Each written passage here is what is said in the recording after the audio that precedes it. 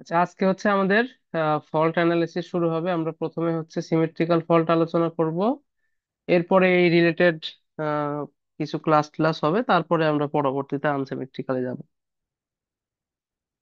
দেখেন, symmetrical normally আসলে যতগুলো ম্যাথ দেখেন, মানে আমরা এক কথায় পরীক্ষার হলে বা প্রশ্ন প্রশ্নগুলোতে যেসব ম্যাথ দেখি, সেই ম্যাথগুলা আর এই ম্যাথটা একটু ডিফারেন্স আছে। সেটা হচ্ছে নর্মালি আমাদের যেসব কোর্সের আসে পরীক্ষায়, সেইগুলোতে দেওয়া থাকে যে আমাদের যে জেনারেটরটা আছে সেটা আনলোডেড অবস্থায় আছে, তার মানে কোনো লোড কানেক্টেড নাই, প্রি ফল্ট কোনো কারেন্ট নাই, এমতো অবস্থায় ফল্ট হয়েছে। ফল্ট কারেন্ট কত, অথবা জেনারেটর কি পরিমাণ সাপ্লাই দিচ্ছে, এই টাইপের কিছু কোশ্চেন টোশ্চেন আসে। এবং দেখা যায় যে বেশিরভাগ ম্যাথ এই টাইপই আসে। বেশিরভাগ ম্যাথের ক্ষেত্রে দেখা যায় জেনারেটর আনলোডেড অবস্থায় আছে, বাট কিছু প্রশ্নে কিন্তু আবার লোডেড অবস্থায় থাকতে পারে। তো এই জিনিসগুলো একটু খেয়াল রাখতে হবে। বেশিরভাগ ক্ষেত্রে আনলোড ম্যাথ করতে করতে করতে অভ্যাস হয়ে যায়, লোডেড অবস্থাটা অনেক সময় খেয়াল থাকে না। তো আমাদের প্রত্যেকটা জিনিসই খেয়াল রাখতে হবে যে আনলোডেড অবস্থায় থাকলে কি হবে, লোডেড অবস্থায় থাকলে কি হবে। তাহলে প্রথমত আসি যে ফল্ট অ্যানালাইসিসটা অ্যাকচুয়ালি কিভাবে কাজ করতেছে। আর থেভেনিন কনসেপ্টের কথা বলছিলাম, যে থেভেনিন কনসেপ্ট আমরা যেরকম শিখি সার্কিটে ওই রকমই, তবে ফল্টের ক্ষেত্রে থেভেনিন কনসেপ্টটা একটু অন্যরকম ভাবে অ্যাপ্লাই হবে। ওই জিনিসটা কি, কিভাবে কাজ করতেছে, এটা মূলত আজকের আলোচনার বিষয়। আজকে আমি খুব বেশি প্র্যাকটিসের দিকে যাব না, যেহেতু আজকের ক্লাসটা একটু বলা যায় যে বেসিক টাইপেরই। একটা ম্যাথ নিয়েই একটু আলোচনা করব, ওই শর্ট জিনিসটা শিখবো, থেভেনিন কনসেপ্টটা। দেন আমরা এটা হচ্ছে পরবর্তী ক্লাসগুলোতে অ্যাপ্লাই করে বিভিন্ন ম্যাথ সলভ করব। আচ্ছা, তাহলে শুরু করি। আগে আমি এই ম্যাথটা, মানে এক কথা এই ম্যাথটাকে মাথায় রেখে আমি হচ্ছে কোশ্চেনটা সেট করব বা কিভাবে করব সেটা শিখবো। এখানে দেখেন বলতেছে একটা সিনক্রোনাস জেনারেটর আর একটা মোটর, দুইটা কানেক্টেড অবস্থায় আছে। সেই জিনিসটাকে কানেক্ট করছে একটা এই যে লাইন রিঅ্যাকটেন্স দ্বারা। এখানে আসলে ওই রকম কোন ট্রান্সমিশন লাইন টাইন নাই। তার মানে এখানে মনে করেন একটা জেনারেটর আছে, এদের মাঝখানে যে লাইন, এই লাইনের একটা রিঅ্যাকটেন্স আছে, ওকে সমস্যা নাই। আর এইখানে হচ্ছে একটা মোটর আছে। এই দুইটাই আসলে রেটেড করা আছে 30 MVA,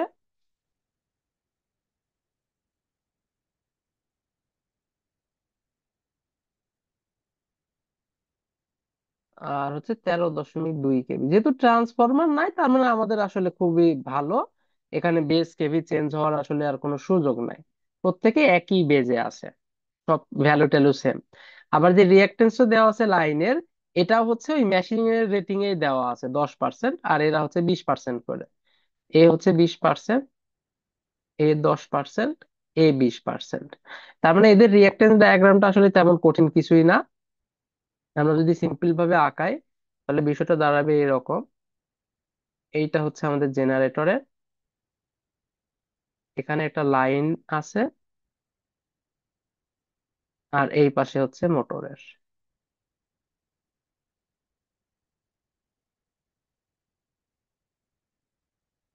এটা ধরলাম আমাদের ইজি ডাবল প্রাইম,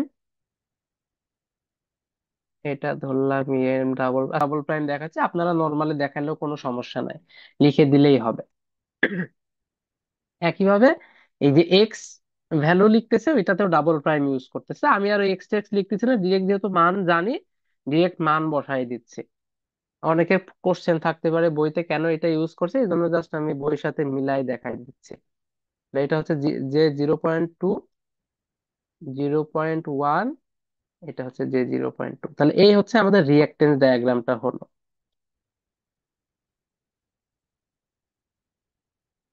এবার কোশ্চেনে বলতেছে the line current, okay, the motor is drawing. আচ্ছা, মোটর আবার একটা প্রি ফল্ট কারেন্ট নিচ্ছে। তার মানে এখানে যে একটা ফল্ট ঘটবে, এই ফল্টের আগে মোটর নর্মালি একটা কারেন্ট নিচ্ছে, যেটাকে আমরা প্রি ফল্ট কারেন্ট বলতেছি বা প্রি ফল্ট লোড কারেন্ট বলতেছি। আচ্ছা, ওটার ইনফরমেশন দেওয়া আছে, বের করা যাবে, সমস্যা নাই। And a terminal voltage of 12.8 kV, মানে এই ভোল্টেজটা পাচ্ছে টার্মিনালে, এন্ড হচ্ছে একটা প্রিফল কারেন্ট নিচ্ছে, ওই পাওয়ার টাওয়ার দেওয়া আছে। When a symmetrical three phase fault occurs at the motor terminals. তার মানে দেখেন এই যে এটা মোটর, মোটরের এই যে টার্মিনাল কিন্তু এটা, তার মানে এক কথায় আমাদের যে থ্রি ফেজ ফল্ট এটা ঘটতেছে এইখানে। এই অবস্থায় আমাদের কোশ্চেন বলতেছে ফল্ট occurs তো find sub transient current in generator motor and fault by using. এই যে সাব ট্রানজিয়েন্ট বলতে যে ওই কথাটা বলছিলাম যে ইনিশিয়ালি যেই কারেন্টটা আমরা পাই সেটা, জেনারেটরে কি পরিমাণ কারেন্ট হচ্ছে, মোটরে কি ভাই পরিমাণ। ইনিশিয়ালটাকে ট্রানজিয়েন্ট কারেন্ট হবে না? কারণ ভাই ফল্ট হওয়ার সাথে না যাবে না, ট্রানজিয়েন্ট পাইলে সাথে সাথে হচ্ছে সাব ট্রানজিয়েন্ট, তারপরে ট্রানজিয়েন্ট, তারপরে হচ্ছে স্টেডি স্টেট। তাহলে এটা হচ্ছে আমাদের মোটরের এবং ফল্ট, মানে এক কথায় fault current using the internal voltage of the machine. মানে এখানে স্পেসিফিক বলেই দিছে, তবে পরীক্ষার হলে এরকম স্পেসিফিক বলে না, এটা জাস্ট শেখানোর জন্য। কারণ স্পেসিফিক যদি বলে দেয় আমাদের প্রসেসটা অনেক লেন্দি হবে, টাইম অনেক বেশি লাগবে। পরীক্ষার হলে জাস্ট বলে দেয় যে ফল্ট কারেন্ট বের করো, তখন আমরা জাস্ট থেভেনিন কনসেপ্টটা দিয়েই করি। বাট এখানে যেহেতু বলে দিছে, আর থেভেনিন কনসেপ্টটা আসছে কিভাবে সেটা যদি বুঝতে চাই তাহলে আমাকে একটু ডিটেলস সলিউশন করতে হবে। যদিও পরীক্ষার হলে আমরা ডিটেল সলিউশন করব না, জাস্ট শেখার জন্য প্রথমত অ্যাপ্লাই করব। তার মানে এক কথায় প্রথম সলিউশনটা এইভাবে হবে যে আমাদের এই যে ইন্টারনাল ভোল্টেজটা আছে এইটা বের করে নিতে হবে, এরপরে ফল্ট কারেন্ট বের করতে হবে। দেন সেকেন্ড যে মেথড, সেখানে গিয়ে আমরা এই ভোল্টেজকে বাদ দিয়ে কিভাবে ইজিলি ফল্ট কারেন্ট বের করা যায় সেটা শিখবো। তাহলে এখানে যদি ফল্ট হয় এই সার্কিটটা দেখতে কেমন হবে একটু দেখি আমরা। যেহেতু ফল্ট এখানে হচ্ছে, ফল্ট হওয়ার মানে হচ্ছে এই পয়েন্টটা জাস্ট রেফারেন্স পয়েন্টে শর্ট হয়ে যাবে। এই যে এটা হচ্ছে আমাদের রেফারেন্স বাস, তাহলে এখানে জাস্ট শর্ট হয়ে যাবে। আচ্ছা, এই যে জাস্ট শর্ট হয়ে যাওয়া এইটাকে বলে হচ্ছে বোল্টেড ফল্ট। অনেক সময় লেখা থাকে, অনেক সময় লেখা থাকে না। তবে যদি বোল্টেড ফল্ট লেখা থাকে তার মানে বুঝতে হবে যে ডিরেক্ট একটা রিয়াক্টেন্স লেস অথবা ইম্পিডেন্স লেস ওয়্যার দ্বারা শর্ট হয়ে যাবে। অনেক সময় কিন্তু আমাদের রিয়াক্টেন্স দেওয়া থাকে, তার মানে এক কথায় ফল্টের ইম্পিডেন্স দেওয়া থাকে, তখন কিন্তু সেটা দিয়ে কানেক্ট করতে হবে। তাহলে এখানে যেহেতু কিছু বলা নাই, কিছু না বলা থাকলে অথবা বোল্টেড ফল্ট বলার মানে হচ্ছে এই কানেকশন, তার মানে এই পয়েন্টটা জাস্ট এখানে শর্ট হয়ে গেছে, এটাকে আমরা বলতেছি হচ্ছে ফল্ট। আর এটার নাম থ্রি ফেজ সিমেট্রিক্যাল ফল্ট কেন? কারণ এটা তো আমি জাস্ট পার ফেজ দেখাচ্ছি, 1 ডায়াগ্রাম নর্মালি পার ফেজের হয়, এরকম ঘটনা 3টা ফেজেই ঘটতেছে একই সাথে, এই কারণে এটাকে বলে হচ্ছে সিমেট্রিক্যাল ফল্ট। আর ফল্ট কারেন্ট হচ্ছে এই যে এটা। আর জেনারেটর যে পরিমাণ কারেন্ট সাপ্লাই দিচ্ছে এইটাকে আমরা বলতেছি জেনারেটরের সাপ্লাইকৃত কারেন্ট ফল্টের সময়। আর এইটাকে আমরা বলতেছি মোটরের সাপ্লাইকৃত কারেন্ট। খেয়াল করে দেখেন, এটা তো ফল্ট হওয়ার পরের অবস্থা, মানে এক কথায় ফল্ট হওয়ার সময়ের অবস্থা। আর ফল্ট হওয়ার আগে এই সার্কিটটা কি রকম ছিল সেটাও তো আমাদের আলোচনার বিষয়। কেন? তার কারণ এখানে একটা প্রি ফল্ট কারেন্ট আছে। ফল্ট হওয়ার আগে কিন্তু বিষয়টা ছিল এরকম। তার মানে এই সার্কিটে কিন্তু একটা কারেন্ট ফ্লো করতেছিল, যে কারেন্টকে আমরা IL বলতে পারি, এটা ধরেন নাম দিলাম প্রি ফল্ট।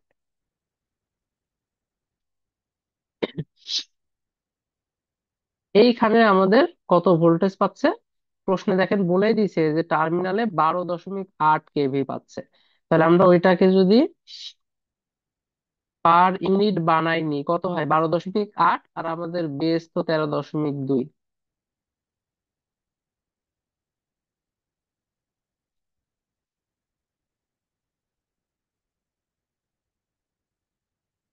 তাহলে এটা আসতেছে হচ্ছে 0.97 বসাই দিলেই চলতেছে।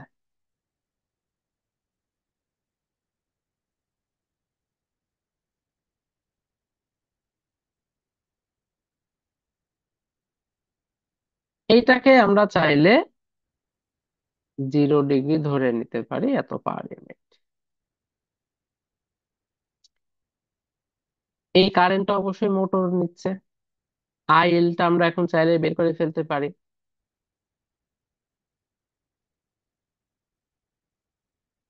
IL সমান কত? S per unit divided by V per unit. S per unit কত দেখেন, 20,000 কিলোওয়াট, তারপরে 20 মেগাওয়াট।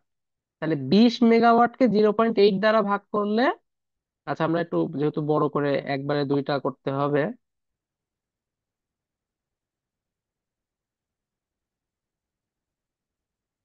তার মানে 20 মেগাওয়াট ডিভাইডেড বাই 0.8, এটা হচ্ছে actual value divided by base value কত, 30। তাহলে উপরে চলে আসলো এস পার ইউনিট, এটা হয়ে গেল এস পার ইউনিট, আর নিচে হবে ভি পার ইউনিট। তো ভি পার ইউনিট কত, এই যে 0.97।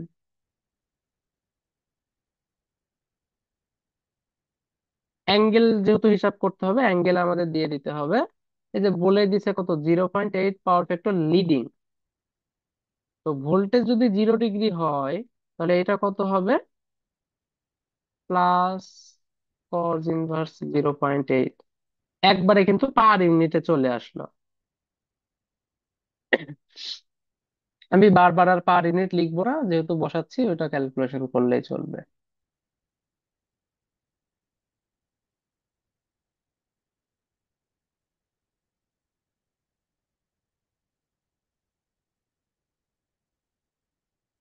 তাহলে 0.8591, এটাকে আমরা 86 লিখতে পারি, সমস্যা নেই, 0.86। ভাই লিডিং এ ভাই মাইনাস হয় না পাওয়ার ফ্যাক্টরটা? হুম। এক সমান P divide by power factor angle of plus minus তা কস আমি তো থিটা বা কস কারেন্টের ফর্টি। লিখতেছি, পাওয়ারের তো লিখি নাই, অ্যাঙ্গেল তো কারেন্টের দিলাম। ওটা এস থেকে আসবে না, এটা বলতেছিলাম আর কি। হ্যাঁ, তো এস থেকেই তো আসলো। কিন্তু তো আমরা কারেন্ট হচ্ছে যখন বের এস করবেন এর তখন power- কনজুগেট করবেন না, এই পুরো জিনিসের তো কনজুগেট হবে, তবে লাইন এক্সট্রা বাড়ায় লাভ কি, আমি একবারে কনজুগেট করে দিলাম।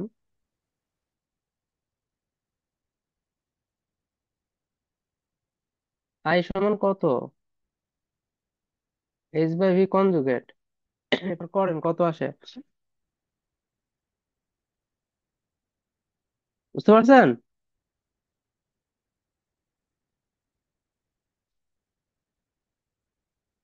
এটা কি ক্লিয়ার?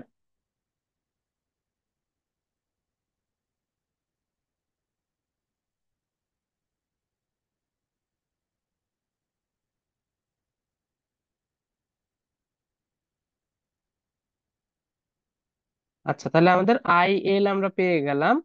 এটা হচ্ছে pre fault current. Pre fault কারেন্টের এই কথাটার মানে একটু ভালো করে বুঝে রাখেন। এর মানে ফল্ট হওয়ার আগে জেনারেটর একটা কারেন্ট সাপ্লাই দিচ্ছিল, মোটর সেই কারেন্টটা নিচ্ছিল।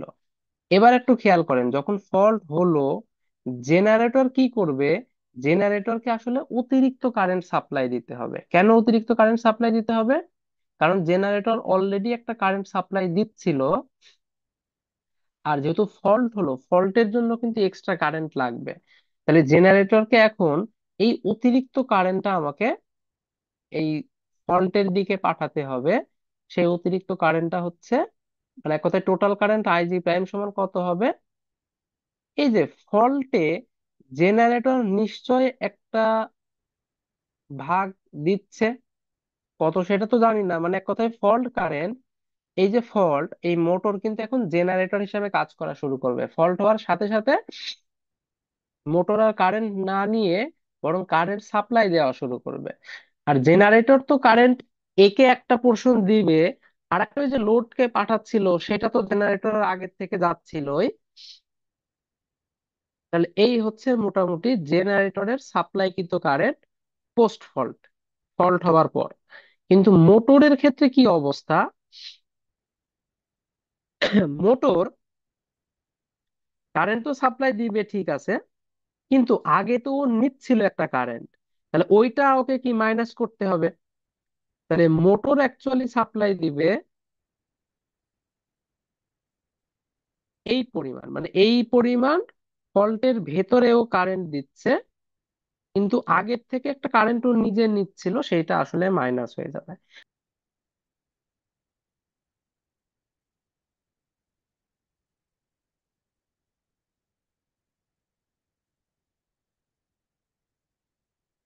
আচ্ছা, আমি এই থেভেনিনটা পরে এই করে দেখাই, দেন আমরা এই ইয়েতে আসতেছি। থেভেনিন কনসেপ্ট আমি একটু দেখাচ্ছি। এইখান থেকে এই সার্কিটটাকে মূলত আমরা কনভার্ট করব।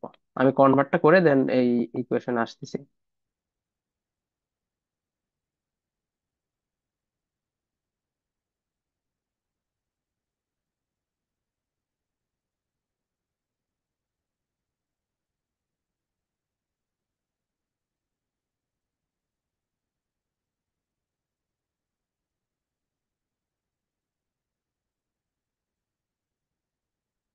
খেয়াল করেন, এই একটা সার্কিট, এই সার্কিটে আমরা এইখানের ভোল্টেজ জিরো বানাতে হবে, মানে যে এই নোড আর এই নোডের ভোল্টেজ হচ্ছে জিরো বানাতে হবে।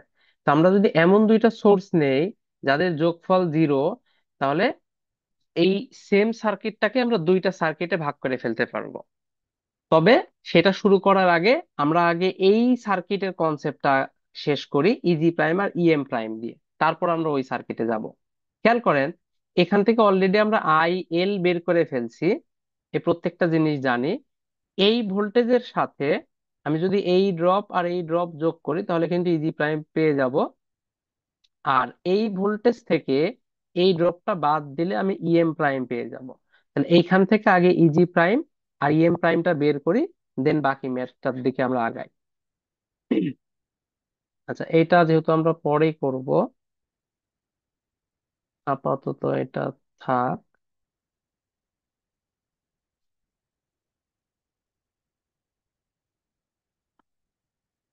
তাহলে প্রথমে আসি ইজি প্রাইম।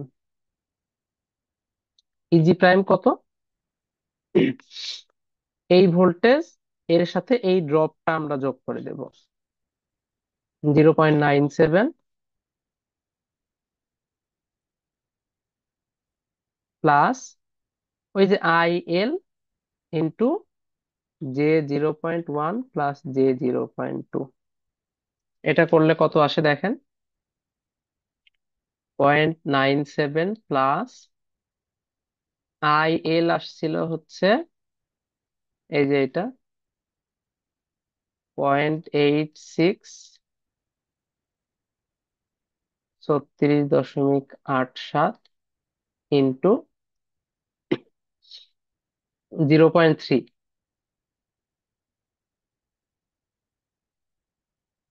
এটা আসতেছে 0.841, 14.21।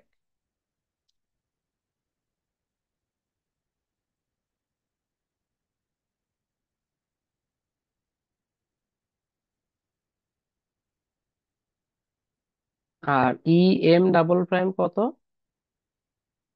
এগুলা কেন বের করতেছি? এগুলা বের করার একটাই উদ্দেশ্য, এই যে I G double prime, I M double prime, এই জিনিসগুলা কিন্তু আমাকে বের করা লাগবে।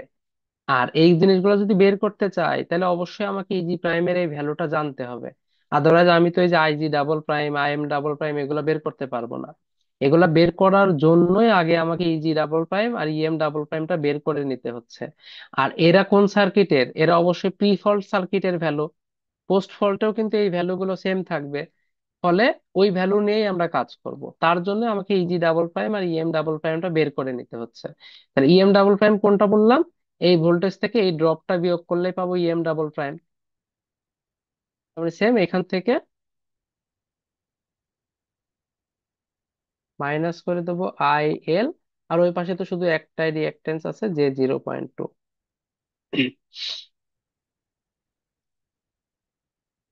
প্লাস আই এল আসছে যে 0.86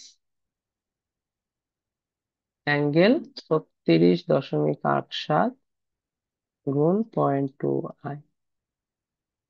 ও, এটা তো প্লাস না, সরি।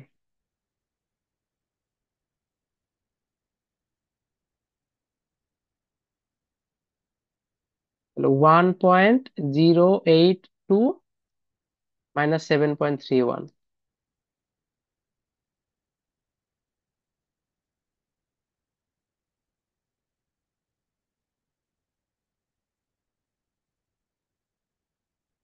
তাহলে এই হচ্ছে আমাদের প্রি ফল্ট ইনডিউস ইএমএফ, যেটা আমাদের মোটর আর জেনারেটরের জন্য ছিল।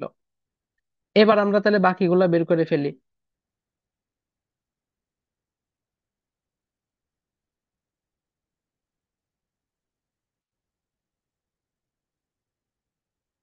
কি কি বের করতে হবে? এই সার্কিটের জন্য আইজি ডাবল প্রাইম বের করতে হবে, আইএম ডাবল প্রাইম বের করতে হবে। একটু খেয়াল করেন, আইজি ডাবল প্রাইম তাহলে এই সার্কিট থেকে কিভাবে বের করা যাবে? এই ভ্যালুটা আমরা জানি, এই ভ্যালুকে দেখেন এইটা দ্বারা ভাগ করে দিলে কি আইজি ডাবল প্রাইম পেয়ে যাচ্ছি না?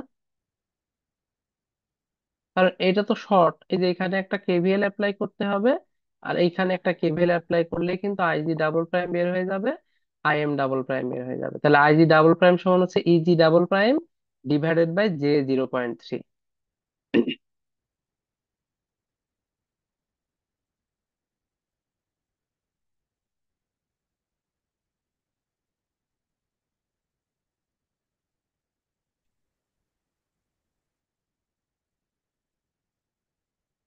.841 অ্যাঙ্গেল 14.21 ডিভাইড বাই 0.3 আই। তাহলে এটা থাকতেছে 2.8033 মাইনাস 75.8, 2.8033।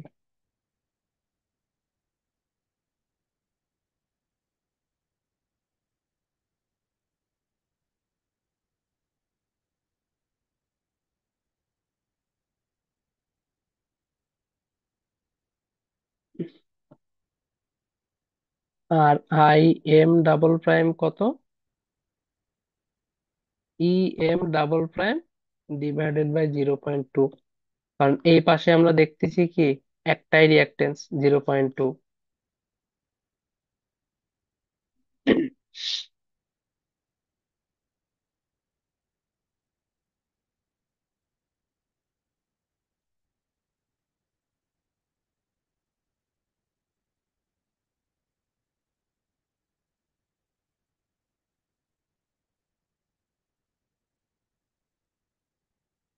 5.41 মাইনাস 97.31।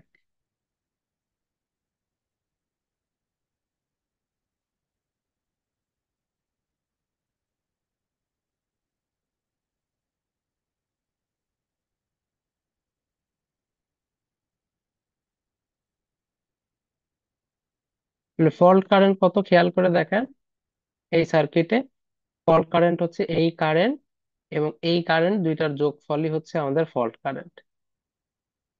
এবং আমরা যদি এই দুইটা যোগ করি, খেয়াল করে দেখেন, এটা মনে করেন 1 নাম্বার আর এটা মনে করেন 2 নাম্বার। এই দুইটা যদি আমরা যোগ করি তাহলে কি হয়? এই দুইটার যোগ হয় I G double prime plus I M double prime.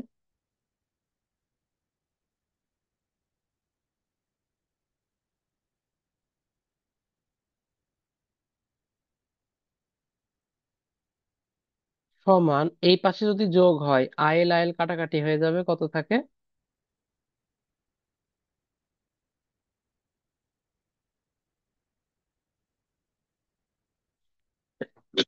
অর্থাৎ এখান থেকে দেখেন একটা জিনিস আমরা একটু ক্লিয়ার বলতে পারি। এবার এই এই কনসেপ্টটা এবার বুঝতে পারবো যে প্লাস মাইনাসের ইয়েটা। এখান থেকে একটা জিনিস একটু খেয়াল করেন, যে ফল্ট হওয়ার পর জেনারেটর যেই টোটাল কারেন্টটা সাপ্লাই দিচ্ছে আর মোটর যেই টোটাল কারেন্টটা সাপ্লাই দিচ্ছে, এই দুইটা যদি যোগ করি তাহলে যেই কারেন্টটা পাওয়া যায়, অথবা ফল্টের দিকে যে কারেন্টটা জেনারেটর সাপ্লাই দিচ্ছে আইজি ডাবল প্রাইম এফ, আর ফল্টের দিকে মোটর যে কারেন্টটা সাপ্লাই দিচ্ছে আইএম ডাবল প্রাইম এফ, ওই দুইটার যোগফলও সেম। তার মানে এক কথায় জেনারেটর টোটাল কি পরিমাণ কারেন্ট সাপ্লাই দিচ্ছে সেটাও যা কথা, অথবা যদি বলি ফল্টকে শুধুমাত্র এরা যে পরিমাণ সাপ্লাই দিচ্ছে তারাও একই কথা। ফল্টকে কিভাবে? এই যে আইজি ডাবল প্রাইম বলতেছি, এর ভেতরে কিন্তু বাই ডিফল্ট লাইন কারেন্ট আছে। আবার আইএম ডাবল প্রাইম, এর ভিতরেও কিন্তু বাই ডিফল্ট লাইন কারেন্ট আছে। কিরকম? এইখানে যদি 10 অ্যাম্পিয়ার যায়, এ 8 অ্যাম্পিয়ার এখানে পাঠাচ্ছে, 2 অ্যাম্পিয়ার একে দিচ্ছে। আর এ যদি 5 অ্যাম্পিয়ার পাঠায়, এ কি করতেছে? 3 অ্যাম্পিয়ার একে দিচ্ছে, আর 2 অ্যাম্পিয়ার ওই যে নিজে নিচ্ছে, ওইটাকে আমাদের অপোজ করা লাগতেছে।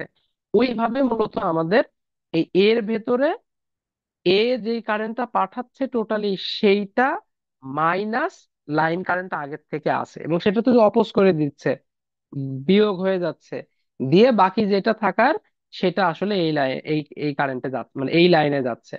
কিন্তু প্রবলেম একটা আছে, এই সার্কিটের একটা প্রবলেম আছে। কি প্রবলেম আছে? সেটা হচ্ছে এই সার্কিটে আমরা অ্যাকচুয়ালি এই কারেন্টটা আর এই কারেন্টটা খুঁজে পাবো না।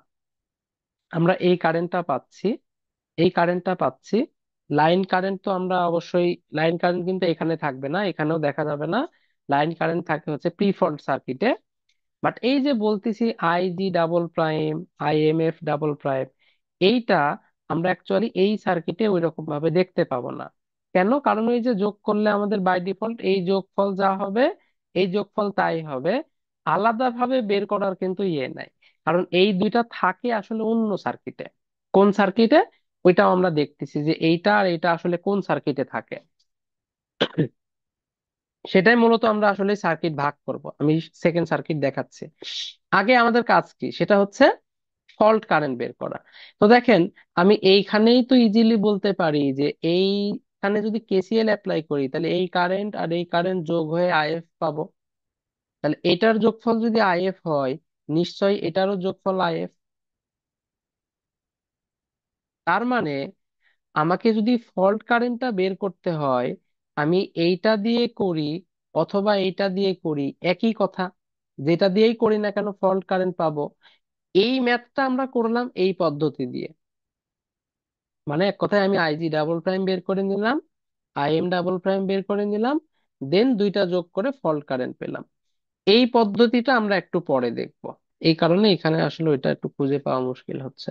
তার মানে এক কথায় এই দুইটা কারেন্ট যদি যোগ করে দিই, আমি বাই ডিফল্ট কি পেয়ে যাব? টোটাল ফল্ট কারেন্ট পেয়ে যাব, যে কি পরিমাণ আসলে সাপ্লাই হচ্ছে। 5.4, এটা তো এই যে লাস্টেরটা বের হলো, এর সাথে যোগ করে দেবো আগেরটা, মানে 2.8033 অ্যাঙ্গেল -75.8। তাহলে আসতেছে হচ্ছে 8.084 - 90 ডিগ্রি।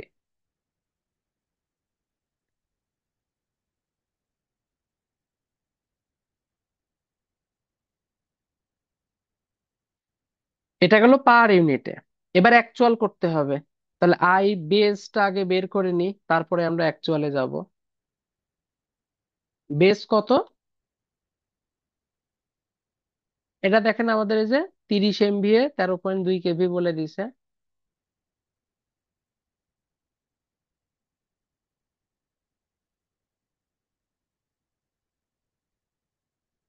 বেজে তো অ্যাঙ্গেল হয় না, তার মানে জাস্ট এটা করে দিলেই হয়ে যাবে।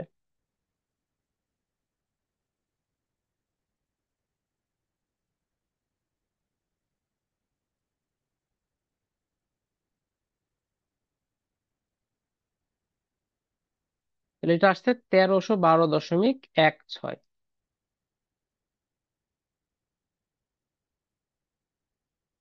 তাহলে ফল্ট কারেন্টের অ্যাকচুয়াল ভ্যালু কত আসবে?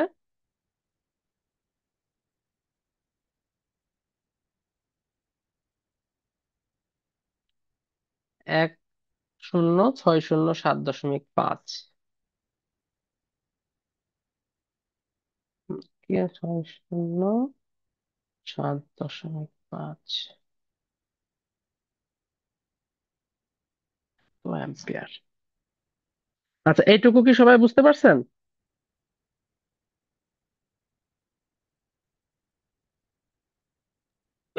ফলটাকে বলে লাইন কারেন্ট দেখাইতে হবে সবসময়? হুম। সবসময় লাইন কারেন্ট? হ্যাঁ, অবশ্যই। যদি ভ্যালু দেওয়া থাকে তাহলে অবশ্যই আমাদেরকে কি অ্যাকচুয়াল ভ্যালুতে দিতে হবে। আর আর আমাদের যদি তো এরকম রেডিং থাকে সবসময় যে লাইন লাইনে সব তাও পার লাইনে ইউনিট থাকে। দেওয়া আছে, তাহলে পার ইউনিটে দেখালেই চলবে। কি হয়েছে? আমাদের ওই যে রেটিংটা লাইন বেল থাকে এটা বলতেছিলাম। হ্যাঁ হ্যাঁ, রেটিং সবসময় লাইন ভ্যালুতে থাকবে, অ্যান্সারও লাইন আকারে দেখাইতে হবে। তার মানে আমরা বুঝতে পারলাম যে একটা ফল্ট সিচুয়েশন যদি আমরা নর্মাল নিয়মে করতে চাই তাহলে এইভাবে আমাদের ক্যালকুলেশন করতে হবে। একটা হয়তো ভ্যালু দেওয়া আছে এখানে, সেখান থেকে আমাদের ইজি প্রাইম, ইএম প্রাইম এগুলা বের করতে হবে। যদি এই সাইডটা না থাকতো তাহলে প্রি ফল্ট কারেন্ট জিরো হতো, আইএল এর মান জিরো হতো, পোস্ট ফল্টটা বের করলেই আমাদের চলতো। কিন্তু আসলে কোনো একটা সিস্টেম তো এত ইজি হয় না যে একটা জেনারেটর একটা মোটর আছে, এরকম থাকে না, আরো হয়তো অনেক কিছু থাকতে পারে। তো প্রত্যেক জায়গায় যদি আমরা এরকম এই ভ্যালু বের করে নিতে চাই, তারপরে এইগুলা বের করে কারেন্ট যোগ করে মান বের করতে চাই, ম্যাথ আসলে অনেক জটিল হয়ে যাবে, অনেক বড় হয়ে যাবে। এই কারণে মূলত আমাদের থেভেনিন কনসেপ্টটা আসলে কাজে লাগাতে হয়। তো থেভেনিন কনসেপ্ট যদি কাজে লাগাই, তাহলে সেটা কিভাবে করতে হবে? এই যে এই সার্কিটের কথা বলছিলাম, যে এই সার্কিটটাকে আমাদের একটু ভাঙায় নিতে হবে।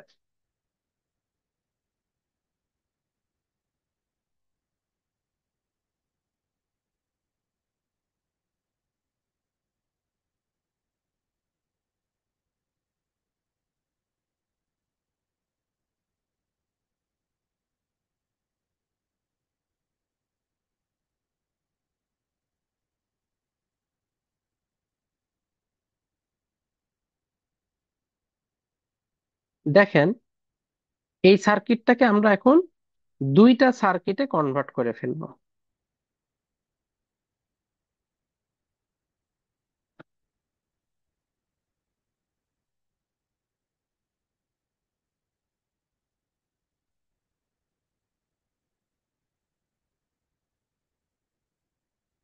মানে এমন দুইটা সার্কিট নিব যাদের যোগ করলে উপরের সার্কিটটা পাওয়া যায়। এই দুইটা সার্কিট যোগ করলে যেন এই সার্কিটটা পাওয়া যায়। তাহলে কি কাজ করতে পারি?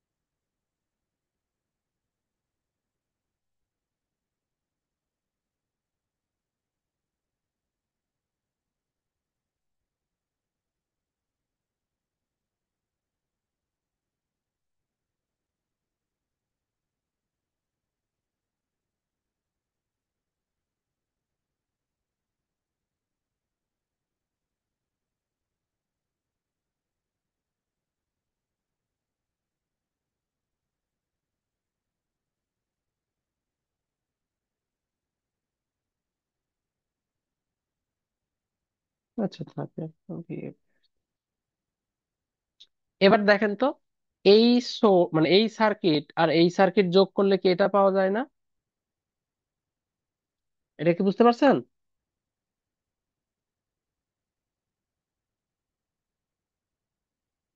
আচ্ছা, একটু দেখি কিভাবে পাওয়া যায়।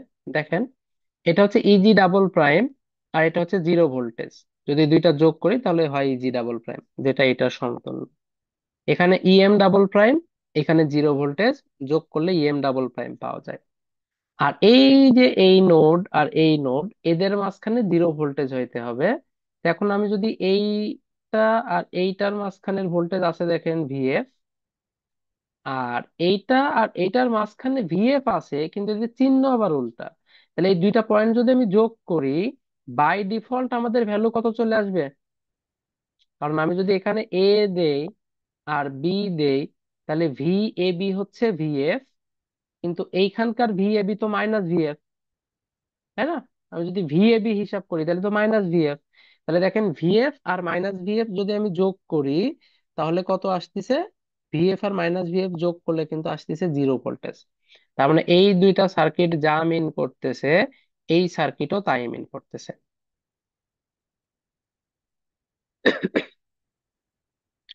এবার এই সার্কিটে এইখান দিয়ে যে কারেন্টটা ফ্লো করতেছে, এই কারেন্টটাকে অ্যাকচুয়ালি আমরা কি বলবো?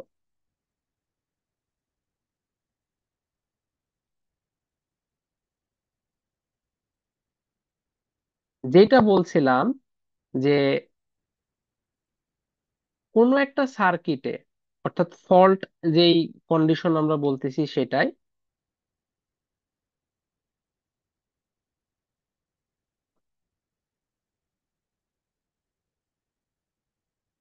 মোটরের সাইড থেকে যে কারেন্টটা আসতেছে ফল্টের দিকে, সেই কারেন্টটাকে আমরা বলতেছি মোটর কি পরিমাণ কারেন্ট সাপ্লাই দিচ্ছে সেইটা, মানে ফল্টের উদ্দেশ্যে। সেম ভাবে জেনারেটর সাইড থেকে যে কারেন্টটা আসতেছে সেটাকে আমরা বলতেছি জেনারেটর কি পরিমাণ ফল্টে কারেন্ট প্রোভাইড করতেছে। আর এইটা অলরেডি আমরা কিন্তু দেখে আসছি যে জেনারেটর আর মোটর ফল্টে যেই পরিমাণ কারেন্ট প্রোভাইড করে এদের দুইজনের যোগফল হচ্ছে আইএফ। তার মানে আমরা এই দুইটার এই দিকের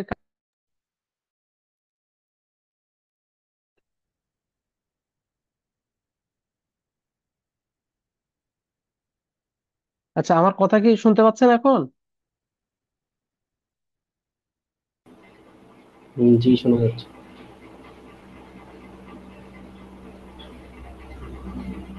ওকে, যেটা বলছিলাম, তাহলে আমরা বুঝতেছি যে এখন এই যে দুইটা কারেন্ট, এই দুইটাকে যোগ করলে তো আইএফ হয়। তার মানে যেই আইএফটা আমরা এই সার্কিট থেকে বের করছিলাম সেটা এখন আমরা জাস্ট এই সার্কিট থেকেই বের করে ফেলতে পারবো, এবং এই সার্কিটটা কিন্তু এখান থেকেই আসতেছে। আর এই সার্কিট আমাদের দেখেন আপাতত কোনো প্রয়োজন নাই। আমরা যদি শুধুমাত্র এই সার্কিটের দিকে যাই, এটাই কিন্তু আমাদের আইএফ খুঁজে বের করে ফেলা যাবে। আর আমাদের টার্গেট কিন্তু আইএফ বের করা। সেটা এই সার্কিট থেকে করতেছি নাকি এই সার্কিট থেকে করতেছি এতে কিন্তু কিছু যায় আসে না। এবার একটু খেয়াল করেন, আমাদের যদি প্রশ্নে এই আইজি ডাবল প্রাইমটা বের করতে বলে, এটাও কি আমরা বের করতে পারবো কিনা? অবশ্যই পারবো। তার জন্য এই সার্কিটের কোনো প্রয়োজন নাই। কিভাবে? দেখেন, আমরা এই সার্কিটটা যদি কোনোভাবে ফর্ম করে ফেলতে পারি, তখন আইজি এফ ডাবল প্রাইম বের করতে পারবো, আইএমএফ ডাবল প্রাইম বের করতে পারবো। এই দুইটা যোগ করলে আমরা ফল্ট কারেন্ট বের হয়ে যাবে। অথবা আমরা ফল্ট কারেন্ট বের করতে পারবো আগে, দেন আমরা আইজি ডাবল, মানে IGF double prime IMF double prime বের করে ফেলতে পারবো কারেন্ট ডিভাইডার রুল দিয়ে। স্বাভাবিক কথা। এখানে যেহেতু আমাদের আইএফ যদি বের হয়ে যায়, এটা যেহেতু দুই পাশ থেকে আসতেছে, ইজিলি কারেন্ট ডিভাইডার রুল করলে এটাও পেয়ে যাব, এটাও পেয়ে যাব। কি বললাম, যে প্রশ্ন যদি বলে যে এই কারেন্টটা বের করে দেখাও, যে আইজি ডাবল প্রাইমটা কত সেটা বের করে দেখাও, তো সেটা তো আমরা জানি যে এর সাথে লাইন কারেন্ট যোগ করে দিলেই আমরা এটা পাবো, আর এর থেকে লাইন কারেন্টটা বিয়োগ করে দিলেই আমরা এটা পাবো। তার মানে দেখেন, যাই বের করতে বলুক না কেন, আমরা এখন শুধুমাত্র এই সার্কিট থেকেই বের করে ফেলতে পারবো। এন্ড এইটাকেই আমরা বলতেছি হচ্ছে থেভেনিন সার্কিট।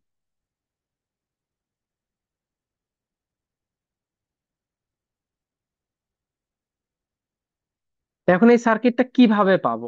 বুঝতে পারলাম যে বারবার করতে হবে। কিভাবে পাবো দেখেন, খুব সিম্পল হিসাব।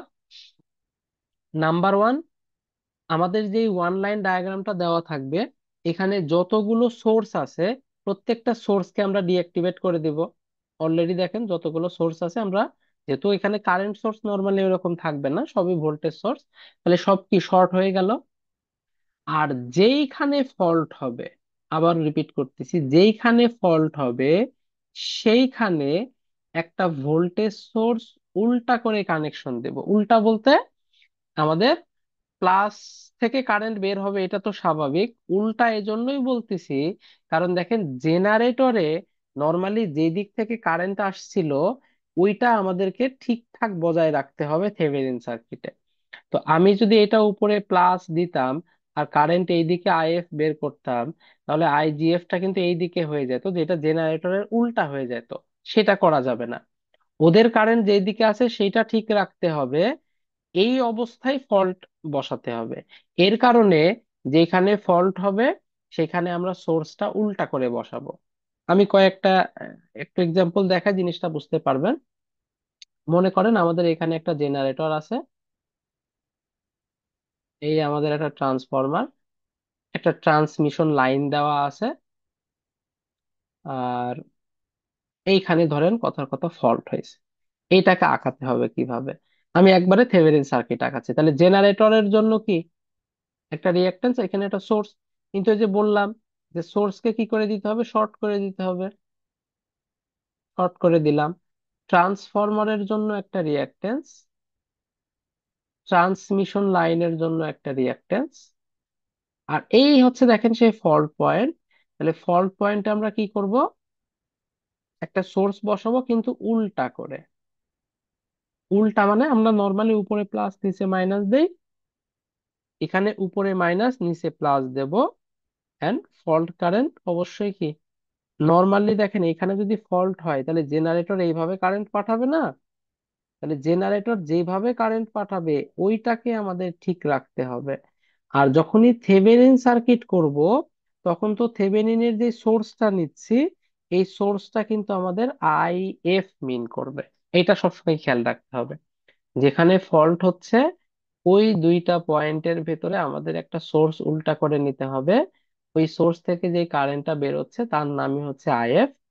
যদি ভোল্টেড ফল্ট না হয়ে আমাদের জেড এফ দেওয়া থাকে, কিছু প্রশ্নে দেওয়া থাকতে পারে, ধরেন কথার কথা বলে দিল যে জেড এফ 1.19, তাহলে এর সাথে জাস্ট আমরা একটা সিরিজে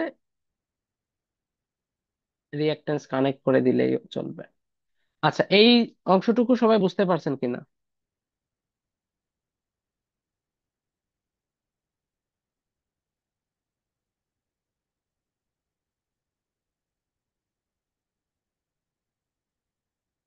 এটুকু কি ক্লিয়ার?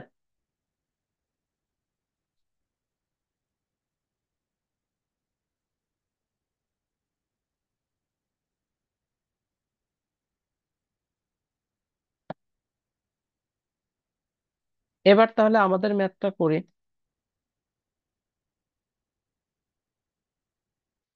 এই 10.1 এরই আর একটা ভার্সন হচ্ছে 10.2, যেটা এই সেম ম্যাথটাকে থেভেনিন দিয়ে করতে বলতেছে। তাহলে আমরা ওই 10.2টাই করবো এই কোশ্চেন দিয়ে। তাহলে দেখেন রিঅ্যাকট্যান্স ডায়াগ্রাম অলরেডি আমরা এর আগের ইয়েতে দেখছি। ওইটাকেই যদি আমরা আঁকাই, কিভাবে আঁকাবো? সোর্স শর্ট করে দিলাম, এই পাশের কানেকশনটা দিয়ে দিলাম, এখানে সোর্স ছিল, সোর্সটা শর্ট করে দিলাম। আর এই যে এইখানে যে ফল্ট হচ্ছে, যেখানে ফল্ট হচ্ছে সেখানে কি করব, একটা সোর্স নেব এবং উল্টা করে কানেকশন দিয়ে দেব। এবং এর ভেতর থেকে যে কারেন্টটা বের হচ্ছে সেটার নামই হচ্ছে আইএফ। এইদিকে যে কারেন্টটা আসতেছে সেটা হচ্ছে আইএমএফ ডাবল প্রাইম, এদিক দিয়ে যে কারেন্টটা আসছে সেটা হচ্ছে আইজিএফ ডাবল প্রাইম।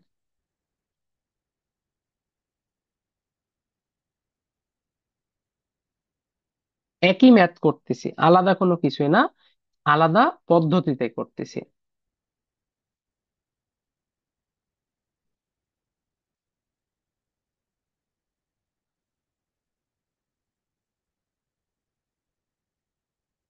তাহলে এখন খেয়াল করে দেখেন, আর এই সোর্সটাই ভোল্টেজটা কত দিব? আচ্ছা, সেটা বলা হয়নি যে সোর্সে কত ভোল্টেজ দিব, এটা কি আমি দেখাইছি এখানে? ভিএফ বলতেছি তাই না? এই যে এখানে দেখালাম ফল্টের যে ভোল্টেজ। তো এইখানে ভোল্টেজটা দেখেন আমাদের কোশ্চেনে কিন্তু বলা আছে যে 12.8 কেভি এখানে পাচ্ছে, কারণ এই দুইটাই তো মূলত যোগ করে আমরা পাবো। এই যে এই সার্কিটে এদিকে একটা লাইন কারেন্ট ফ্লো হচ্ছিল, এদিকে একটা লাইন কারেন্ট ফ্লো হচ্ছিল, আর এইটাই ছিল ওই যে 12.8-এর রিপ্রেজেন্ট করার জন্য একটা ভোল্টেজ। ওইটাকে জাস্ট আমরা এরকম সোর্স দ্বারা রিপ্রেজেন্ট করে দিচ্ছি, সহজ কথা। এবার যেটা বলতেছি যে এইখানে বসাবো ফল্টের যেই ভোল্টেজটা পাবো সেটা, মানে ফল্টের আগে যে ভোল্টেজটা দেওয়া ছিল সেটা, কারণ এখানে তো থেভেনিন ভোল্টেজ বসাইতে হবে। তো নর্মালি এই যে দুইটা সোর্স, এই দুইটা সোর্স থাকা অবস্থায় এখানে ওপেন সার্কিট ভোল্টেজটাকেই তো থেভেনিন ভোল্টেজ বলে। এটাকে যদি ওপেন করে দিই, যে ভোল্টেজটা থাকবে সেটাই তো থেভেনিন ভোল্টেজ। তাহলে এটাকে যদি ওপেন করে দিই, কত ভোল্টেজ পাওয়া যাবে? এটাকে ওপেন করে দিলেই দেখেন যে ভোল্টেজটা পাওয়া যাবে সেটাই ছিল কোশ্চেনে দেওয়া ভোল্টেজটা।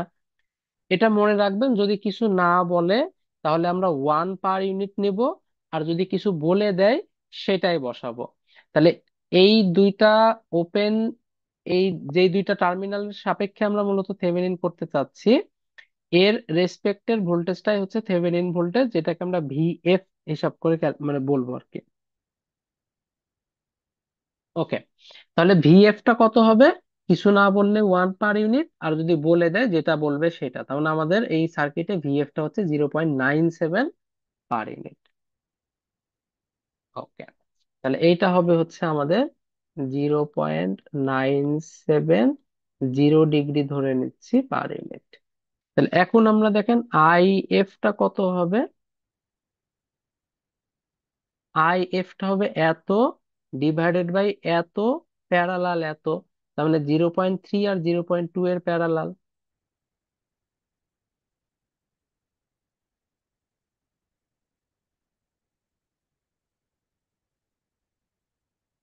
ক্যালকুলেশন করলে দেখেন একবারে আইএফ চলে আসতেছে।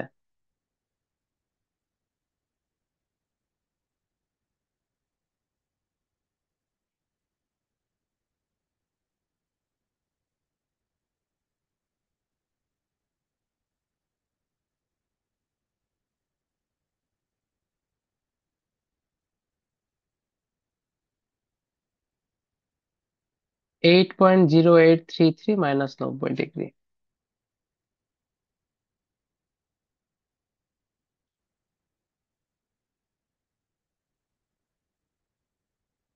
খেয়াল করে দেখেন, আমরা যে আগের সার্কিটে ডিটেলসে ম্যাথ করলাম, ডিটেলসেও কিন্তু আমাদের আইএফটা আসছিল 8.08। 4 আসছিল কেন? কারণ এই যে আমরা দশমিকের পরে সব ভ্যালু তো নিচ্ছি না। তো স্বাভাবিক কথা, দশমিকের পরে যদি সব ভ্যালু না নেই, এখানে তো একটু কম বেশি আসতেই পারে, ওইটা কোনো বিষয় না। সো আমরা যদি সব ভ্যালু নিতাম তাহলে দেখতাম একদম ডিজিট টু ডিজিট মিলে গেছে। তার মানে এই হচ্ছে আমাদের ফল্ট কারেন্ট। বেস কারেন্ট তো আগের মতোই, একই সিস্টেম। বেস বের করার সিস্টেম কি? কোশ্চেনে যা দেওয়া থাকবে তাই, 30 × 10⁻³ √3 × 13.2।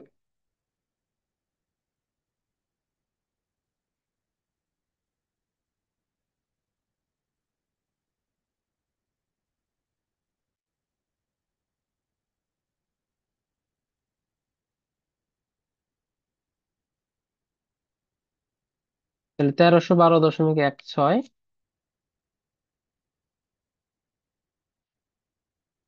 তাহলে ফল্ট কারেন্টের মান কত? এত গুণ 8.0833, 106.06.58, এত অ্যাম্পিয়ার। খেয়াল করে দেখেন, আমরা যে বড় পদ্ধতিতে করলাম সেখানে কত আসছিল? 106.07 আসছিল। এটাও একই লজিক, যে আমরা যেহেতু দশমিকের পরে সব ভ্যালু নিচ্ছি না, এখানে একটু কম বেশি আসছে, ফলে কারেন্টের মানও কিন্তু একটু কম বেশি আসছে, এতটুকু আসলে কোনো বিষয় না। 10,607, 606 আসতেছে, এতটুকু আসলে ডিফারেন্স আসতে পারে। তাহলে ওভারঅল আমরা বুঝতে পারলাম যে আমি এই পদ্ধতিতে করি আর ওই পদ্ধতিতে করি, অ্যান্সার একই আসবে। কিন্তু একটু খেয়াল করে দেখেন, এই সেম ম্যাথ আমরা যদি থেভেনিন সিস্টেমে করি, দেখেন কত শর্টকাটে হয়ে গেল। জাস্ট একটা এই দিয়ে আমরা ফল্ট কারেন্ট বের করলাম, বেস কারেন্ট দুইটারই, এটা তো দুই নিয়মেই করা লাগছে, দেন দুইটা গুণ করে দিলে কিন্তু ফল্ট কারেন্ট চলে আসতেছে। আগেরটার মতো আমাদের আর ওই ইএম ইজি এসব কিন্তু কোনো বের করা লাগলো না। এবার যেই কোশ্চেনটা আমাদের এক্সট্রা আসতে পারে সেটা হচ্ছে, এখন প্রশ্ন হতে পারে যে ঠিক আছে, আমরা ফল্ট কারেন্ট তো বের করে ফেললাম, কিন্তু এই কারেন্টটা আর এই কারেন্টটা কোত্থেকে পাবো? IG double prime, IM double prime, এই কারেন্টটা কোত্থেকে পাবো? আচ্ছা, এইটা কিন্তু আমি অ্যাকচুয়ালি দেখাই নেই। আপনারা চাইলেও বেস কারেন্ট দিয়ে গুণ করে দিলেই কিন্তু অ্যাকচুয়াল চলে আসবে, মানে 2.8033, এটাকে ওই বেস দ্বারা গুণ করে দিলে অ্যাকচুয়াল চলে আসবে। ওইটা বড় ইস্যু না আমাদের পার ইউনিটে। যদি প্রশ্নে যায় অবশ্যই অ্যাকচুয়াল বের করে দেখাবেন। প্রশ্নে যেহেতু সবগুলাই বের করতে বলতেছে, সবগুলাই আসলে দেখানোর দরকার আছে। তাহলে এটাকে আমরা একটা কাজ করি, সাইডে অ্যাকচুয়ালি লিখে রাখি। 2.8033 ইন্টু কত, 1312.16। তাহলে 3678.38।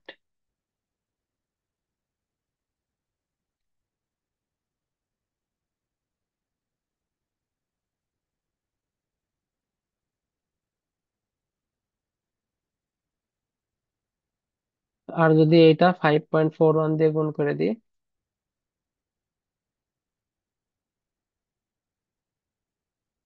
তাহলে 7098.78।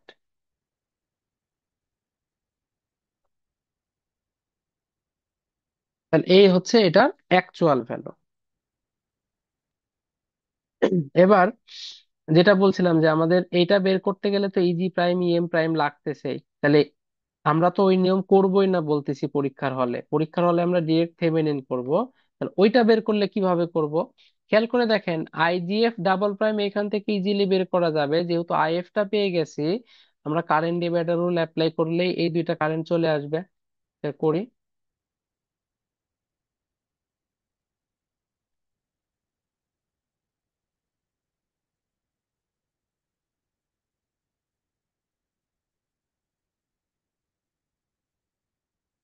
কিরকম হবে, যার কারেন্ট বের করতে চাচ্ছি তার বিপরীতটা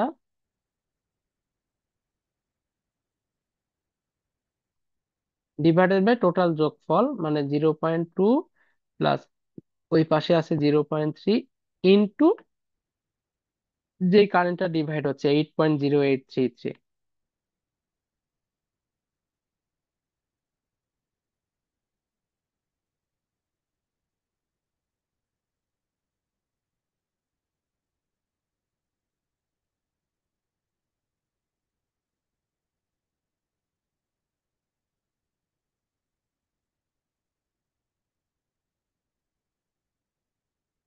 তাহলে 3.233।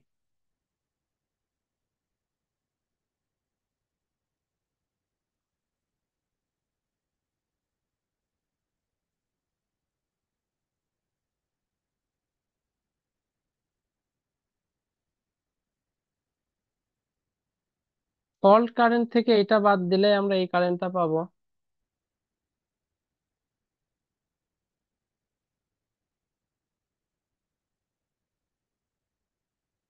তাহলে 4.85।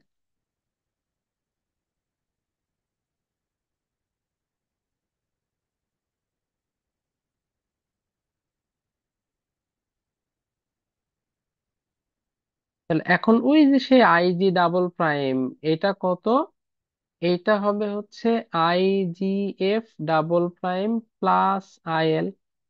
আইএল তো প্রি ফল্ট কারেন্ট, সেটা তো এমনিতেই বের করে ফেলা যাবে। এইখানে কোশ্চেন থেকে আমরা বের করি নাই, কিন্তু বের করাটা এমন কঠিন কিছু না। অলরেডি আগের বার বের করছিলাম, এই জন্য আমি আর দেখালাম না। আইএলটা আসছিল কত, 0.86, 36.87 ডিগ্রি পার ইউনিট।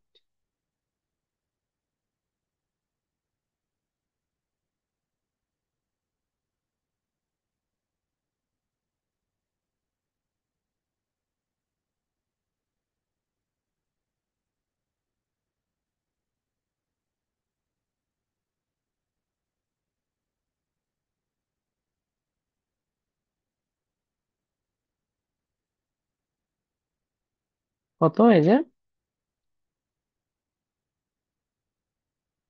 মাইনাস তো না, যোগ।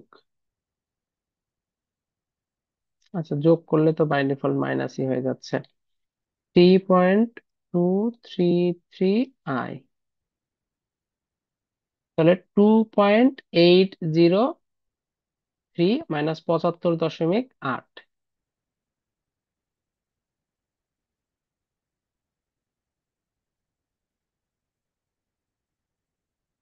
খেয়াল করে দেখেন, আইজি ডাবল প্রাইম যখন আমরা বড় নিয়মে করছিলাম তখন দেখেন একই আসছিল। তো গুণ করলে তো অ্যাকচুয়াল ভ্যালু সেমই আসবে। আমি আর দেখালাম না, নিজেরা করে নিয়ে। তাহলে আই এম ডাবল প্রাইম কত হবে? এইটার থেকে লোড কারেন্টটা বিয়োগ করে দিতে হবে। তার মানে -4.85 -0.86 অ্যাঙ্গেল অফ 36.87। তাহলে 5.41 -97.31।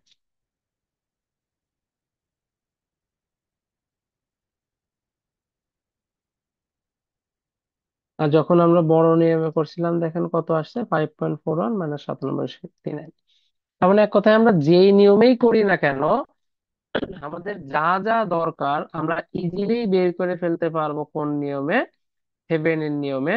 ফলে আমরা বলতে পারি যে আমাদের ফল্টের কোনো কোশ্চেন আসলে আমরা আসলে ওই লেন্দি প্রসেসে না গিয়ে থেভেনিন প্রসেসে যাব। থেভেনিন প্রসেসের নিয়মটা আমি আরেকবার একটু শর্টকাটে বলতেছি। নাম্বার ওয়ান, যতগুলো সোর্স থাকবে সবগুলোকে আমরা শর্ট করে দিব, ডিঅ্যাক্টিভেট করবো আর কি। দেন যেইখানে ফল্ট হয়েছে ওইখানে একটা সোর্সকে উল্টা আকারে কানেকশন দিব। যদি জেডএফ থাকে তাহলে জেডএফ সিরিজে কানেক্ট করব, না থাকলে নাই। এন্ড ওই সোর্সের ওই যে যে ভিএফ বলতেছি, ওই সোর্সের প্লাস থেকে যে কারেন্টটা বের হচ্ছে সেই কারেন্টের নামই হবে আইএফ। পুরো সার্কিটে যেহেতু একটাই সোর্স, খুব ইজিলি সেই কারেন্টটা বের করে ফেলা যাবে ইকুইভ্যালেন্ট ইম্পিডেন্সের কনসেপ্ট কাজে লাগায়। কারণ একটা সোর্স, এখানে আর অন্য কোনো নিয়মের দরকারই নাই। জাস্ট ইকুইভ্যালেন্ট ইম্পিডেন্স বের করব, ভিএফ কে ওইটা দ্বারা ভাগ করে দিলেই চলে আসবে। দেন বাকি যদি আর কিছু চাই কোশ্চেন, সেই কোশ্চেন থেকে ক্যালকুলেশন করব। যদি প্রিফল্ট কারেন্ট থাকে তাহলে জেনারেটর আর মোটরের কারেন্ট এইভাবে বের করতে হবে, যে যোগ বিয়োগের যে নিয়মটা শিখালাম সেটা। আর যদি প্রিফল্ট না থাকে, আইএল তো জিরো, ফলে যে এইটাই জেনারেটরের কারেন্ট এইটাই মোটরের কারেন্ট হিসেবে বিবেচিত হবে। আর আরেকটা বিষয়, আচ্ছা, মোটর থাকলে তো প্রিফল্ট কারেন্ট একটা আমাদের থাকতেই পারে, যেহেতু মোটর কারেন্ট আমাদের জেনারেটর থেকে নেবে। মোটর না থেকে অনেক সময় কিন্তু লোড থাকতে পারে, অথবা লোড টোড কিছু নাই, একটা জেনারেটর নর্মালি আছে আনলোডের অবস্থায়, জেনারেটরে ফল্ট হয়েছে এরকম সিচুয়েশন আসতে পারে। ওইখানে ট্রান্সফরমার হয়তো আছে, ট্রান্সমিশন লাইনের একটা সাইডে ফল্ট হতে পারে, এরকম ভ্যালু ট্যালু থাকতে পারে। এই হচ্ছে মোটামুটি কনসেপ্ট। আর কয়েকটা জিনিস আমাদের একটু খেয়াল রাখতে হবে, এন্ড কিছু ভুল ধারণা আছে, সেই ভুল ধারণাগুলো নিয়ে একটু আমাদের আইডিয়া রাখতে হবে। সেটা হচ্ছে শর্ট সার্কিট এমভিএ। অনেক সময় কোশ্চেনে এটা বলে যে শর্ট সার্কিট এমভিএ নির্ণয় করো। তাহলে শর্ট সার্কিট এমভিএ সমান কত হবে? ভিএফ আইএফ, অবশ্যই পার ইউনিটে। অ্যাকচুয়াল তো আমরা বের করে ফেলতে পারবো।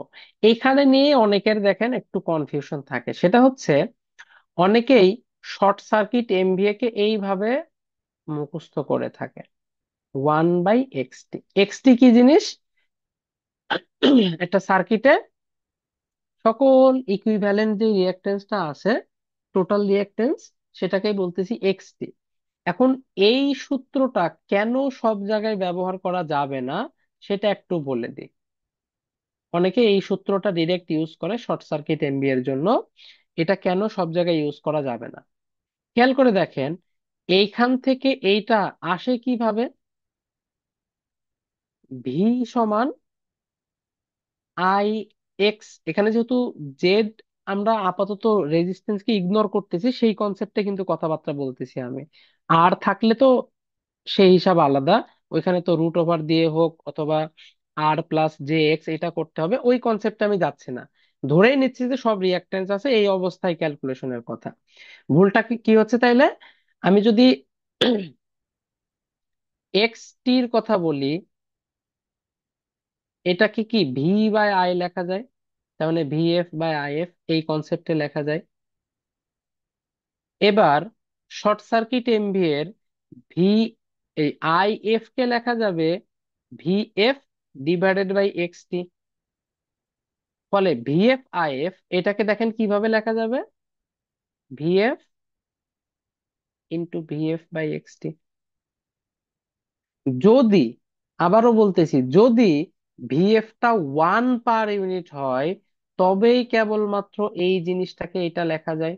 কিন্তু সব সময় কি ভিএফ ওয়ান পার ইউনিট হবে? অবশ্যই হবে না। যেমন আমাদের এই ম্যাথেই দেখেন ভিএফটা ওয়ান পার ইউনিট না। তো আপনি এই ম্যাথে যদি এই শর্টকাট সূত্র অ্যাপ্লাই করে দেন, তাহলে কিন্তু ভুল হয়ে যাবে। এই কারণে আমি সাজেস্ট করব যে এই সূত্রটা আপনারা কখনোই ইউজ করবেন না। ভিএফ ওয়ান পার ইউনিট থাকলেও ইউজ করবেন না, অন্যটা তো থাকলে করা যাবেই না। এই সূত্রটা সবসময় ইউজ করতে হবে, এখানে কোনো ভুল নাই। ভিএফ ওয়ান পার ইউনিট হইলেও এটা লেখা যাবে, না হইলেও এটা লেখা যাবে, বেসিক হিসাব। তাহলে এই সূত্রটা আমরা ইউজ করব না। অ্যাকচুয়াল সূত্র এটা, ভিএফ ওয়ান পার ইউনিট হইলেও এটাকে আসলে এরকম লেখা যায়, এই কারণে অনেকে এটা মুখস্থ করে। কিন্তু সবসময় তো ভিএফ ওয়ান পার ইউনিট নাও হইতে পারে। ফলে আমরা একটা স্ট্যান্ডার্ড সূত্র মুখস্থ করব, যাতে যে কোনো সিচুয়েশনে আমাদের ভুল না হয়। এটুকু কি ক্লিয়ার?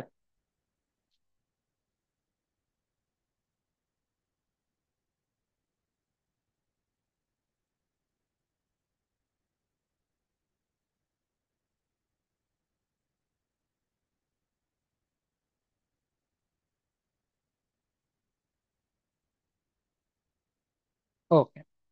আরেকটা জিনিস দেখেন, অনেক সময় কোনো একটা মেশিনের শর্ট সার্কিট এমভিএ দেওয়া থাকে। এটা কিন্তু কোনো মেশিনের শর্ট সার্কিট এমভিএ না। এটা হচ্ছে যে ফল্ট ঘটলো, সেই ফল্টের জন্য কি পরিমাণ শর্ট সার্কিট এমভিএ আমরা পাচ্ছি সেটা।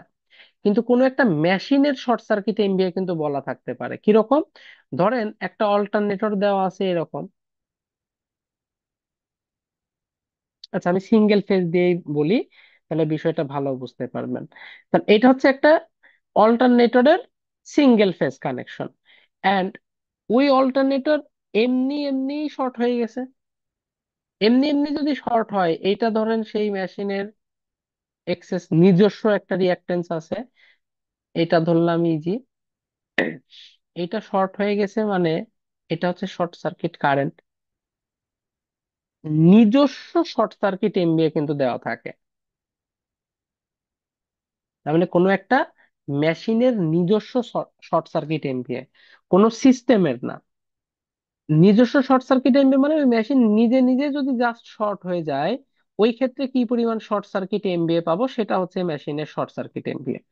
তাহলে এই অবস্থায় খেয়াল করে দেখেন, এই অবস্থায় এটা যদি ওয়ান, মানে আমরা যদি একদম রেটেড কল্পনা করি, অর্থাৎ এইটাকে যদি আমরা ওয়ান পার ইউনিট ধরে নিই, তাহলে নিজস্ব শর্ট সার্কিট এমভিএটা আসলে কত হবে?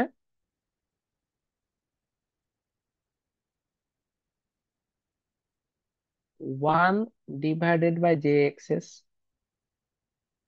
এখানেও কিন্তু জেতে আছে, আমি এই জিনিসগুলো দেখাইনি, হ্যাঁ, জাস্ট এমনি ভ্যালুকে রিপ্রেজেন্ট করতেছে। তাহলে এইটা যদি দেওয়া থাকে, তাহলে এই যে অনেক সময় প্রশ্নে বলতেছে না যে এটা 20%, এটা 10% কোনো একটা মেশিনের, তো ওই ভ্যালু অনেক সময় দেওয়া থাকে না। না থেকে বলে দেয় যে মেশিনের শর্ট সার্কিট এমভিএ অমক, মানে এইটা দেওয়া থাকে। কিন্তু আমাদের তো সবসময় ম্যাথ করতে এটা লাগে। ফলে আমি ইজিলি এক্সেসটা বের করে ফেলতে পারবো কিভাবে? One divided by short circuit MVA. এটা কিন্তু আমি আবারও বলতেছি যে নিজস্ব শর্ট সার্কিট এমভিএ, সিস্টেমের না।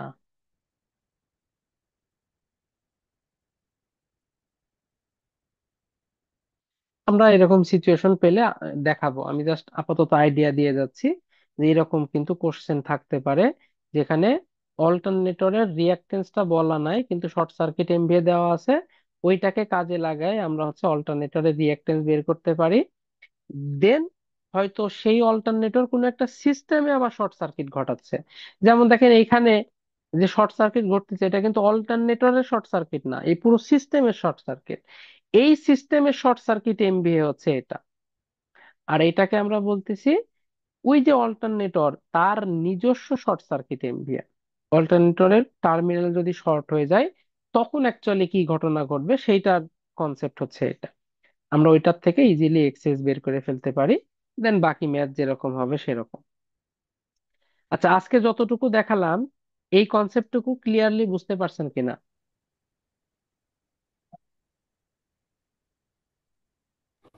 জি। ওকে, তাহলে এইটাই হচ্ছে আমাদের আপাতত কাজ। মানে এক কথায় সিমেট্রিক্যাল ফল্টে এটাই আমাদের কাজ। ওয়ান লাইন ডায়াগ্রাম দেওয়া থাকবে, সেটাকে আমরা থেভেনিন সার্কিটে কনভার্ট করব, সেখান থেকে ফল্ট কারেন্ট বের করব। তারপরে যদি আমাদের কোনো কোশ্চেন টোশ্চেন বের করতে বলে, তাহলে সেই কোশ্চেন গুলো আমরা করব।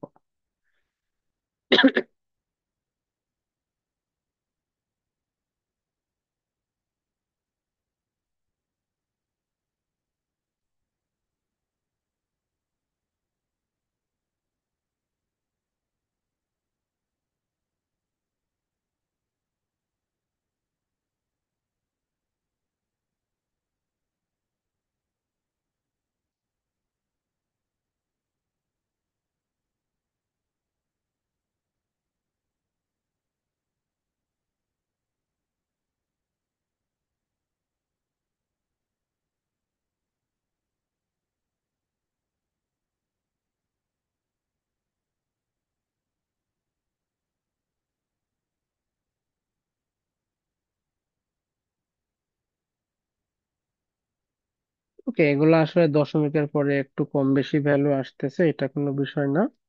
আমাদের ক্যালকুলেশনে যেটা আসবে সেটা দেখালেই চলতেছে। যাই হোক, তাহলে আপনাদের কাজ হচ্ছে এখন এই ম্যাথটা একটু সুন্দরভাবে প্র্যাকটিস করবেন। আর আমরা নেক্সট বিভিন্ন, প্রথম আমাদের টার্গেট থাকবে হচ্ছে যতগুলো বই বুয়েটে মেইনলি ফলো করে ওই বইগুলার হচ্ছে ইম্পর্টেন্ট কিছু ম্যাথ। আর ম্যাথ প্র্যাকটিসের ক্ষেত্রে কয়েকটা পয়েন্ট বলে রাখি, এগুলো একটু খেয়াল রাখলে আপনাদের ইজি হবে। খুব বেশি বড় ম্যাথ প্র্যাকটিস করার দরকার নাই। ছোটখাটো কয়েকটা জেনারেটর, ট্রান্সফরমার, মোটর মিলাই যেসব সার্কিট গুলো আছে, ওইসব সার্কিটের আসলে ফল্ট অ্যানালাইসিস গুলা করতে হবে। সবচেয়ে ভালো হয় আপনি কোশ্চেন ব্যাংক একটু দেখে নিলে আইডিয়া করতে পারবেন যে নর্মালি কি টাইপের কোশ্চেন আসতেছে। আর আমি তো করাবোই, এটা তো আমি ক্লাসে তো করাবোই যে কোনগুলা প্র্যাকটিস করব না করব।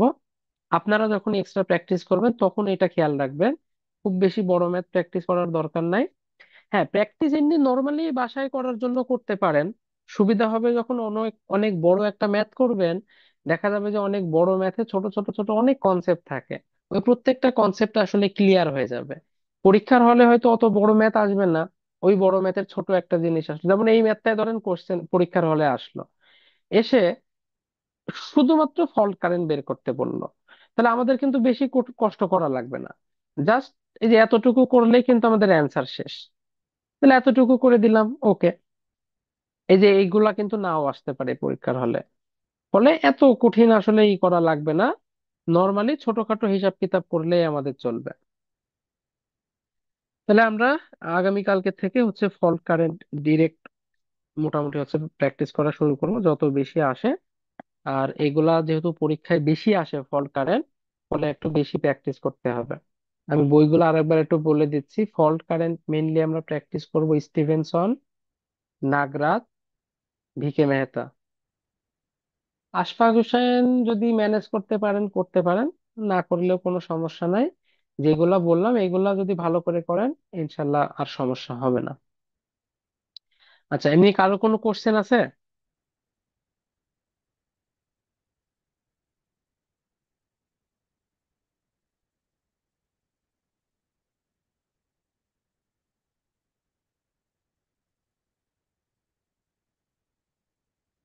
আচ্ছা, যদি কোশ্চেন না থাকে তাহলে আজকের ক্লাস আমাদের এই পর্যন্তই। আগামী কালকে থেকে ইনশাল্লাহ আমরা প্র্যাকটিস শুরু করব।